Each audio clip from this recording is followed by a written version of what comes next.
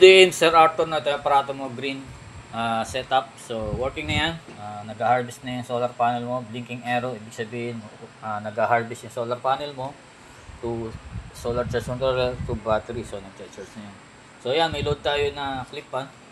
Then yan, working na inverter mo. May sariling switch din yan. So hindi mo naman kailangan i-on off na yan. Automatic na yan. Ito, ang cutoff mo is 11.5.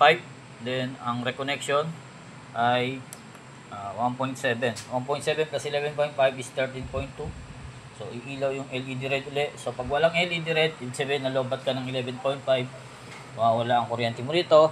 Then reconnection is 13.2 bago umilaw uli ang LED red dyan sa LVD. So napapanood mo naman yung video natin. Now yan to, working na yan. So lagyan pa natin ng load to, 50 watts. Okay. Pwede ka magsabay dito TV electric fan 100 watts per hour daytime. Sa gabi hanggang malobat siya. Okay. So, yan. Okay. Okay na yan.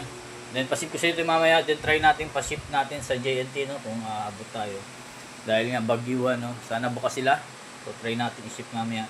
So pagpapatayin mo yung aparato mo, sir, napakasimple. Dalawa lang naman yung breaker mo. Solar panel at saka sa battery. So ito yung presentation niya, no. So red is positive, black is negative. Ano to? May color coding. So dalawang terminal lang yan. So may previous na tayo na wire na battery clamp, basic battery clamp, no.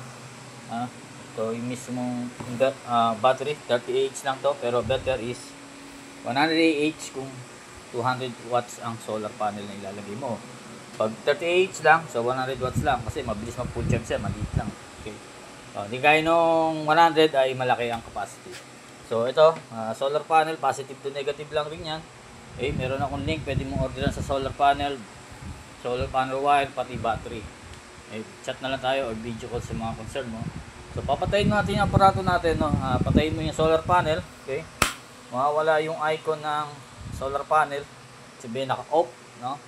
Then yung battery. Okay, so nakaset na tong aparato mo na pang LiPo 4. Okay, so yan, napakadali lang. Okay, so patay na, buksan natin yung battery. So mataas yung battery ko kaya umilaw agad yung LED red, may kuryente agad, so sumindi uli yung load natin. So while wala pang solar panel, no. So power natin solar panel while using charging, walang problema, no. Yan. So yan, working na yung aparato mo, sir, no, Arthur. So salamat uli sa pagtitiwala.